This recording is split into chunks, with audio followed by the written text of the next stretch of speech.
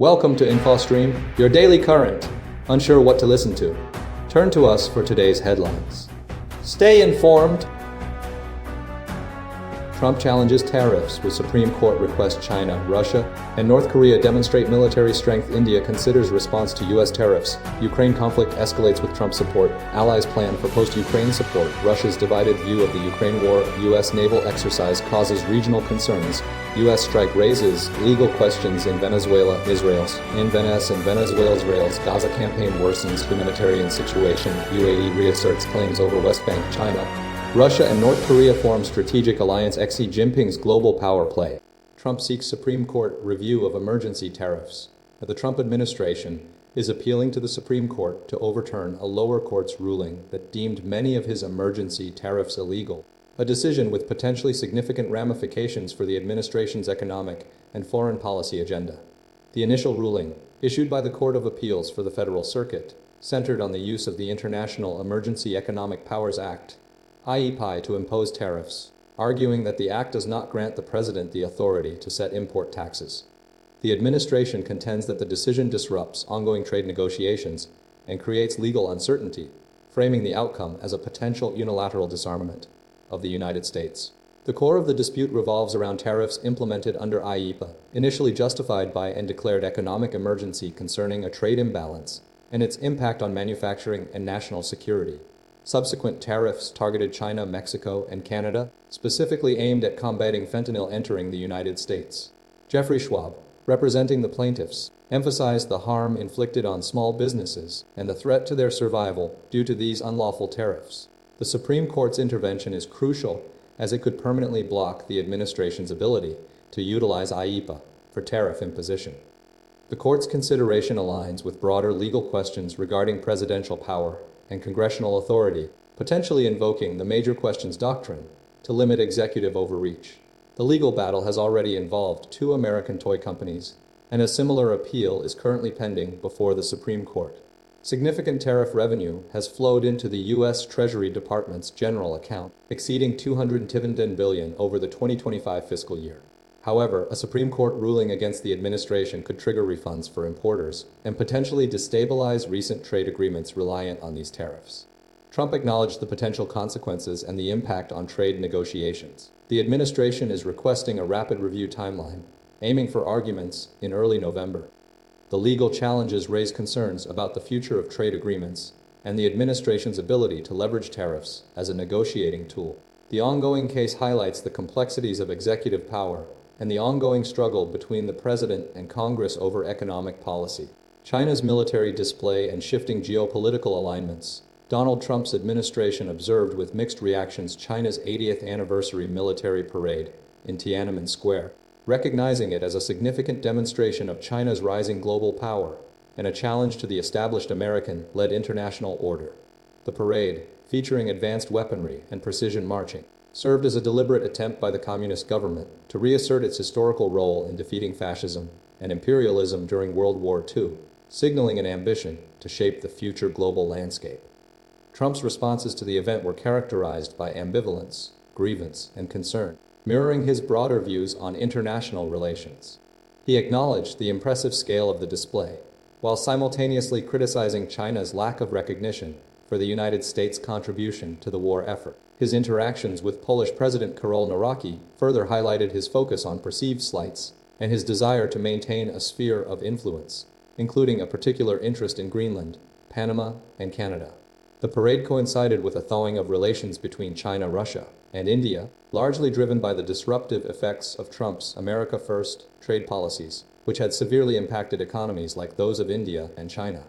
This shift in alliances underscored the destabilizing influence of Trump's policies on the global geopolitical stage.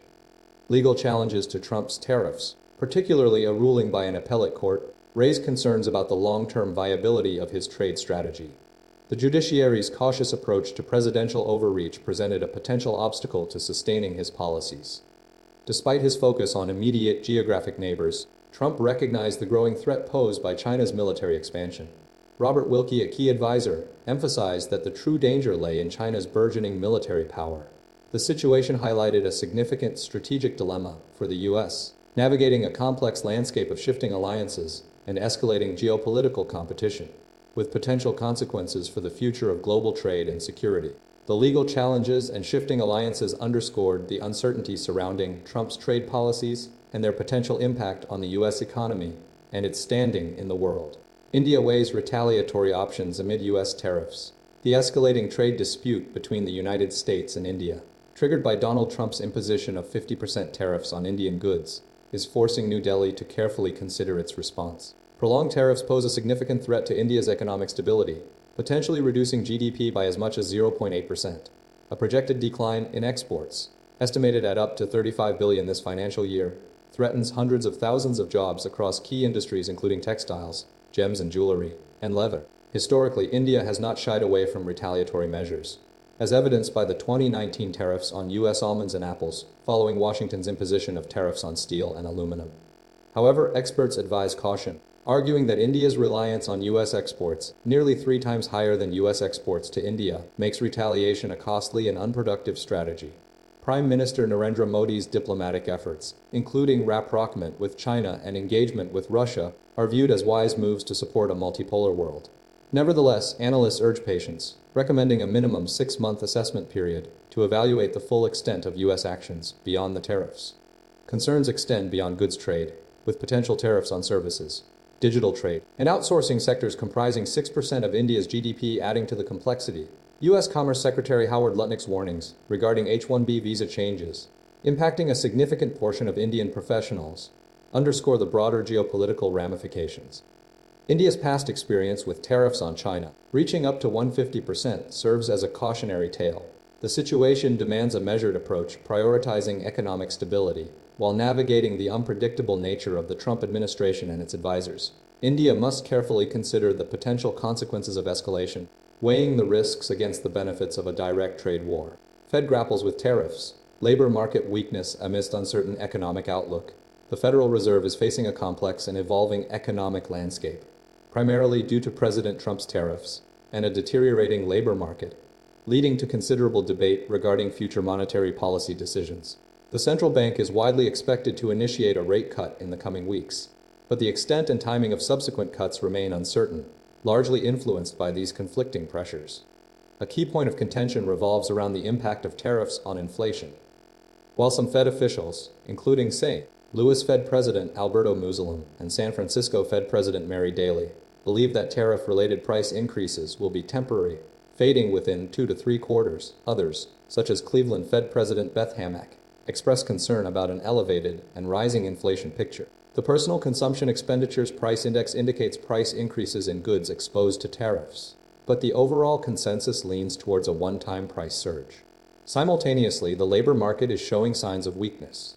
Job growth has been anemic, with fewer job openings than unemployed individuals, and unemployment rates for vulnerable demographic groups, particularly Black Americans, have risen.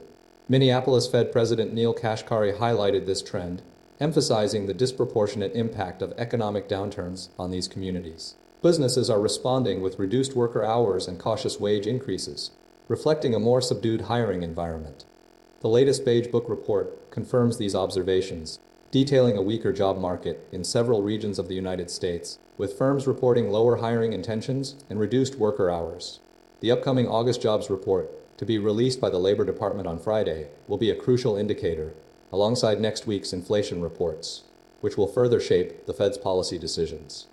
The debate among Fed officials, particularly regarding the duration and magnitude of tariff inflation and the potential for a weakening labor market, creates a challenging environment for the central bank as it navigates its dual mandate of price stability and maximum employment.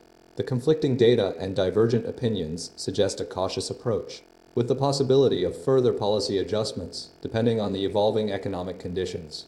Putin signals military resolution to Ukraine conflict. If agreement not reached, Russian President Vladimir Putin has reiterated his government's willingness to achieve all of its objectives militarily if Ukraine does not agree to a negotiated settlement in the ongoing conflict. Speaking in China following a military parade, Putin stated that Russia is prepared to continue fighting to accomplish its goals, contingent upon Ukraine's willingness to reach a deal. This stance reflects a continued rejection of diplomatic pathways and a commitment to a military solution. UK Defense Secretary John Healey, during a visit to Kiev, confirmed that US President Donald Trump had attempted to bring Putin to the table and had not ruled out increased pressure on Russia. The UK is prepared to implement additional economic sanctions and provide Ukraine with increased military aid to sustain its resistance. Ukraine's foreign minister strongly condemned Putin's refusal to meet, framing it as a deliberate effort to avoid accountability. Trump has repeatedly asserted his understanding of Putin's position regarding an end to the war, emphasizing his belief that Putin will make a decision regardless. Trump has also indicated a willingness to continue exerting pressure, citing his secondary sanctions against India for oil purchases as an example. Putin emphasized the necessity of thorough preparation for any potential agreement, suggesting Zelensky could travel to Moscow to discuss matters. However, Ukraine's leadership swiftly dismissed this possibility as unacceptable. Putin reaffirmed Russia's demand that Ukraine not seek NATO membership and that discrimination against ethnic Russians in Ukraine cease. He referenced these allegations as justifications for the invasion. Putin also highlighted the importance of security guarantees for a future peace deal, clarifying that they would not apply to territories controlled by Ukraine. Furthermore, Putin stressed that Russia would not relinquish control over the Donbas region, which Russian forces have seized. He reiterated demands for a military resolution, signaling a prolonged conflict if a diplomatic solution remains elusive. North Korean leader Kim Jong-un met with Putin in Beijing, and Kim pledged continued support for Russia's military efforts, solidifying international support for the Russian war effort. The situation remains characterized by a fundamental disagreement between Russia and Ukraine regarding the conflict's outcome, with Putin prioritizing a military victory. Ukraine has Unbreakable pledge, with Trump's backing. West intensifies efforts as a Western allies, spearheaded by the United States, are intensifying efforts to secure a ceasefire and bolster Ukraine's defense against Russia. Following a summit dubbed the Coalition of the Willing, 26 countries have committed to deploying troops land, sea, or air contingent upon a ceasefire agreement. Donald Trump, recently in Alaska with Putin and Zelensky, remains a key figure, signaling continued support and pushing for action. Momentum towards a Zelensky-Putin meeting remains stalled, despite Trump's willingness to engage. The situation is complicated by Russia's continued military advances and its insistence that Western forces not be deployed to Ukraine. While a Ukraine-Russia summit is unlikely, the US is exploring various strategies, including secondary sanctions on countries like India, to pressure Russia. Treasury Secretary Steven Mnuchin has indicated that all options are on the table for further sanctions. Donald Trump is actively monitoring developments, particularly China's growing influence on the global stage, exemplified by a military parade attended by Xi Jinping, Putin, and North Korean leader Kim Jong-un. Trump has expressed concerns about a potential conspiracy between these leaders. He has set deadlines for Russia, but the timeline remains unclear. The commitment to Ukraine is being reinforced through diplomatic efforts, including meetings led by U.S. Special Envoy Steve Witkoff in Paris. Despite setbacks, Western nations are determined to maintain pressure on Russia, with the possibility of expanded sanctions and continued military support. The situation is fluid, with ongoing negotiations and shifting dynamics among key players. The focus remains on securing a ceasefire and preventing further escalation of the conflict. The alliance is attempting to maintain a united front while navigating complex geopolitical considerations. Allies prepare for post-conflict support for Ukraine. Following a top-level meeting in Paris, international allies are preparing to provide comprehensive support to Ukraine, both before and after a potential peace deal is established. The UK, along with numerous other nations, is committed to securing Ukraine's defense, encompassing air and sea security and land control, once a ceasefire is agreed upon. Key to this effort is a proposed safety net from the United States, contingent on U.S. confirmation of its role as a backstop. U.S. Special Envoy Steve Witkoff is present in Paris, and President Donald Trump will participate via phone calls. A significant question revolves around the potential deployment of troops, with the U.S. ruling this out and Germany currently hesitant. However, the coalition intends to apply economic pressure on Russia, recycling seized assets totaling $1 billion into military aid for Ukraine. This strategy aims to leverage Putin's vulnerability. The planned peace deal includes continued training and supply of Ukraine's armed forces and the possibility of European troop deployments, though numbers remain unspecified, primarily intended as a deterrent against future aggression. The U.S. is responsible for negotiating a ceasefire with Russia. Despite speculation about President Macron perceiving Putin as playing Trump, UK Defense Secretary John Healey emphasized that Trump has not ruled out further action, including economic measures. Putin, meanwhile, has repeatedly rejected a ceasefire and continues to demand maximalist terms, including the end of what he calls discrimination against ethnic Russians. He has expressed a willingness to meet with President Zelensky, but only if Ukraine travels to Moscow, a proposition immediately dismissed by Ukraine's foreign minister. Recent intensified Russian attacks on Ukrainian cities underscore the ongoing conflict. The commitment of the coalition of the willing, including the UK, remains steadfast, prioritizing Ukraine's ability to sustain the fight and ultimately achieve a lasting peace, with continued support contingent on a negotiated resolution. Russia's war in Ukraine, a divided perspective from Vladivostok. The BBC investigation reveals the far-reaching consequences of Russia's war in Ukraine, extending far beyond the immediate battle zones. The story centers on Vladivostok, a city over 4,000 miles from the conflict, offering a glimpse into the diverse opinions and sentiments within Russia. Many soldiers fighting in Ukraine, including members of the local para-ice hockey team Soyuz, have sustained severe injuries with limbs amputated. These individuals, like Dmitry Afanasyev, are undergoing rehabilitation and training, highlighting the human cost of the war. The cemetery in Vladivostok is filled with the graves of Russian soldiers killed in Ukraine, a stark reminder of the conflict's impact. The Kremlin continues to refer to the invasion as the special military operation. Despite the distance, the war's influence is palpable, with residents expressing concerns and a desire for an end to the hostilities.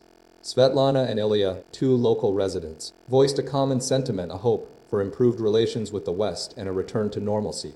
Young people, like musician Johnny London, largely avoid discussing the war, attributing it to its perceived hopelessness and lack of control. Victor, a local pensioner and Putin supporter, defended the president's actions and criticized the U.S. election, reflecting a segment of the population's distrust of Western institutions. He emphasized the growing influence of countries like China and Russia in the emerging New World Order. The investigation further documented a significant artistic expression, a massive mural depicting Vladimir Putin embracing a Siberian tiger, created by street artist Philip Dolmakhenko. The city was preparing for Putin's visit to participate in the Eastern Economic Forum. The overall narrative paints a picture of a nation grappling with the war's implications, exhibiting a complex mix of anxieties, loyalties, and a yearning for stability. The article underscores the deep divisions within Russia and the enduring impact of the conflict, regardless of its geographical distance from the front lines. The U.S. Warships Caribbean maneuver, a diversionary strategy and regional instability, Donald Trump's administration has escalated tensions in the Caribbean with a military strike against a vessel allegedly carrying drugs from Venezuela, sparking concerns about escalation and a potential shift in drug trafficking routes.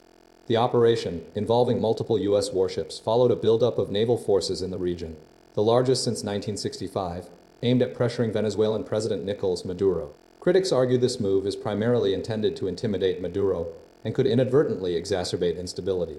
The strike, presented as a counter-narcotics operation, has raised alarms among security experts who predict a shift in trafficking routes. Former Ecuadorian Army Intelligence Chief Mario Pazmigo believes drug traffickers will redirect their operations away from the Caribbean, exploiting the increased pressure on existing routes. This could lead to increased activity in countries like Ecuador, Colombia, Peru, and Mexico, potentially overwhelming their capacity to combat the problem. Ecuador is already experiencing heightened insecurity, with the Guayaquil Port Authority declaring a state of emergency due to rising threats and extortion by criminal gangs. This situation is linked to the military tension in Caribbean waters, highlighting the vulnerability of nations reliant on maritime trade. The U.S. Navy's actions have prompted a call for joint task forces and strengthened border security, particularly along the Ecuadorian-Colombian border, to prevent the flow of cocaine. Furthermore, experts warn that militarizing the fight against organized crime could backfire. Researcher Michelle Maffei emphasizes the need to address corruption within Ecuador's judicial system, arguing that a reformed legal framework is crucial to effectively combat transnational crime. The U.S. focus on Maduro has created a strategic opportunity for traffickers to intensify their operations using alternative methods, such as semi-submersible vessels or contaminated containers. The situation underscores the complexity of drug trafficking and the potential for unintended consequences. While the U.S. aims to disrupt the Maduro regime, the response is likely to trigger a ripple effect, potentially destabilizing neighboring countries and forcing a reevaluation of counter-narcotic strategies.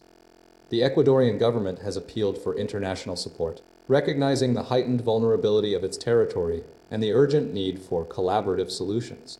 The conflict highlights the interconnectedness of regional security challenges and the importance of a comprehensive approach that addresses both the symptoms and the root causes of transnational crime. U.S. strike on Venezuelan drug boat sparks legal and strategic debate. The recent U.S. military strike in the Caribbean Sea, resulting in the deaths of 11 individuals, allegedly involved with the Venezuelan drug cartel Tren de Aragua, has ignited significant controversy surrounding its legality, strategic rationale, and potential implications for U.S. foreign policy. President Donald Trump authorized the operation following intelligence indicating the vessel was headed towards the United States carrying drugs. However, legal experts and observers have questioned the justification for using lethal force, arguing it violates international law and established protocols. Critics contend that the strike, characterized as a Hollywood effect by retired U.S. Ambassador Luis Moreno, was an excessive and potentially unlawful response. Traditional U.S. counter-narcotic efforts, involving interdiction, boarding, and prosecution, have been deemed ineffective, leading Secretary of State Antony Blinken and Senator Lindsey Graham to advocate for a more aggressive, even destructive, approach. The operation's legality is being debated due to concerns about violating the prohibition on the use of force outside of armed conflict. While the U.S. is not a signatory to the UN Convention on the Law of the Sea, legal advisors previously asserted adherence to the convention's provisions. However, the designation of Tren de Aragua as a foreign terrorist organization by the Trump administration further complicates the situation, raising questions about whether the individuals killed qualify as lawful military targets. Senator Graham defended the strike as a necessary action to send a very clear signal to drug trafficking organizations. The administration's shift towards lethal force reflects a belief that traditional interdiction methods are insufficient and that a more decisive, albeit controversial, approach is warranted. The operation's execution, characterized by the destruction of the vessel, has prompted debate regarding its strategic value and potential escalation of tensions in the region. The U.S. has since amassed significant military assets in the Caribbean and South America, signaling a broader commitment to confronting drug trafficking. Questions remain about the specific drugs involved, the operational details, and the long-term consequences of this unprecedented action. Venezuelan diaspora grapples with rising US-Venezuela tensions. The escalating conflict between the United States and Venezuela is deeply impacting the Venezuelan diaspora, characterized by fear, skepticism, and uncertainty. Numerous Venezuelans residing abroad, primarily in countries like Argentina, Spain, and the United States, express concerns about the potential consequences for their families and homeland. The core of the anxiety stems from the increasingly hostile actions of both governments, fueled by accusations and counter-accusations regarding drug trafficking, corruption, and national security. The United States, under President Donald Trump, has intensified its pressure on the Maduro regime through a series of aggressive measures, including a $50 million reward for Maduro's arrest, military deployments along the Venezuelan coast, and lethal strikes against suspected drug vessels linked to the Tren de Aragua gang. These actions have heightened tensions and fueled fears of a direct U.S. intervention. However, the Venezuelan government, bolstered by the Bolivarian militia, has responded with calls to arms and a declaration of national resistance. This has created a volatile situation, with many Venezuelans abroad fearing a descent into armed conflict. Several key themes emerge from the interviews. There's widespread distrust of both governments' motivations, with many believing the U.S. is primarily interested in exploiting Venezuela's natural resources, particularly minerals and oil. The exchange of prisoners and resumption of oil exports through Chevron, while seemingly positive, are viewed with suspicion, perceived as potential manipulations. The diaspora's sentiment is largely defined by a feeling of being played, by both sides, with many expressing difficulty discerning genuine intentions. Despite the palpable anxiety, a shared hope persists, a desire for Venezuela's liberation from the current crisis and a return to stability. The ongoing registration of militia members and deployment of over 4 million members are viewed as publicity stunts. Ultimately, the Venezuelan diaspora finds itself caught in the crossfire, grappling with the profound impact of this international dispute on their lives and the future of their country. Israel intensifies Gaza City attacks amidst humanitarian crisis. Israeli forces have significantly escalated their military operations in Gaza City, intensifying attacks on the city's outskirts as preparations continue for a potential ground offensive. The military, led by Chief of Staff Lajen Zamir, is focused on eliminating Hamas's centers of gravity and securing the release of approximately 48 hostages, with 20 believed to still be alive.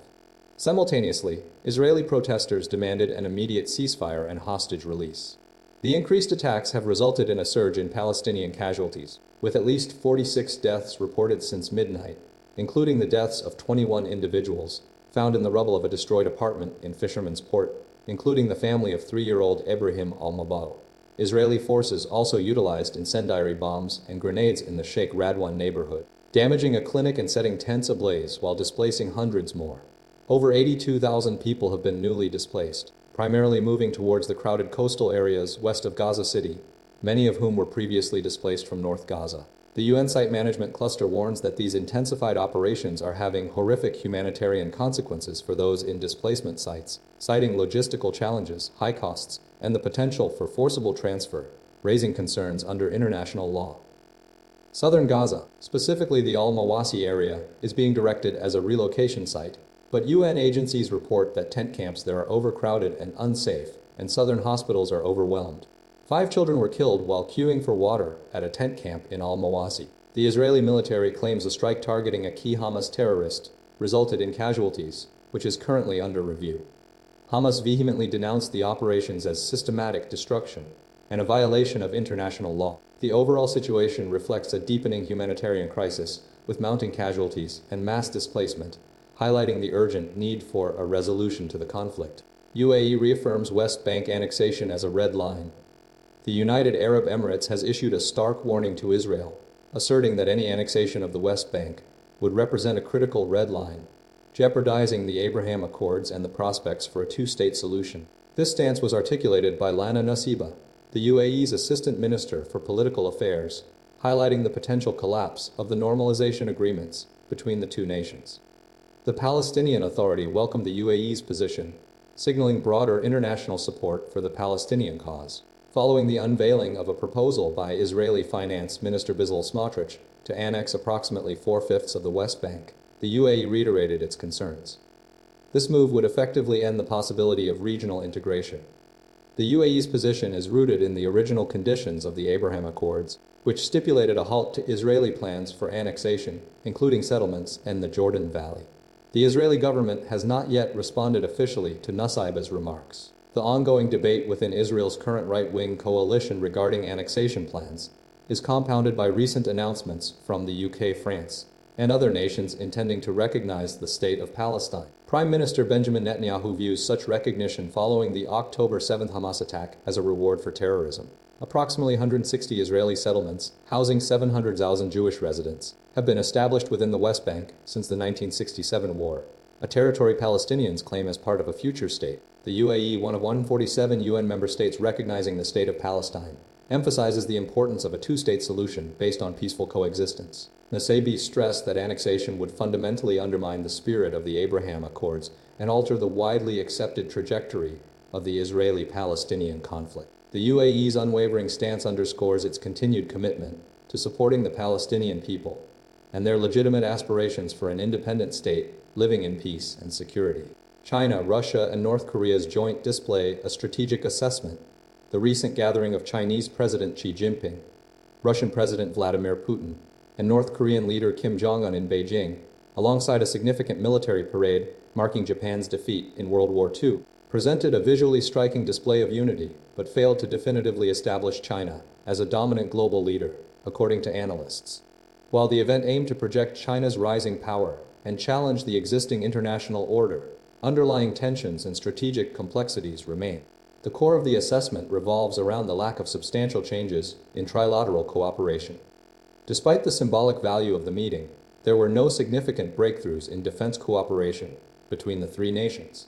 The long-standing debate within the U.S. intelligence community regarding whether these countries constitute a cohesive bloc persists. The meeting primarily served as a photo opportunity designed to counter U.S. influence and highlight China's growing regional power. The military parade itself was a considerable display of China's military modernization, showcasing advanced weaponry including ICBMs, hypersonic cruise missiles, and drones, reflecting China's strategic ambitions.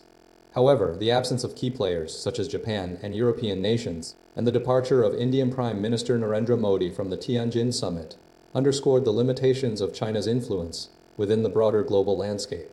Analysts cautioned against overstating China's success in displacing the United States. While China has gained traction among nations with anti-American or anti-Western sentiments, it remains excluded from the most influential economies and military alliances.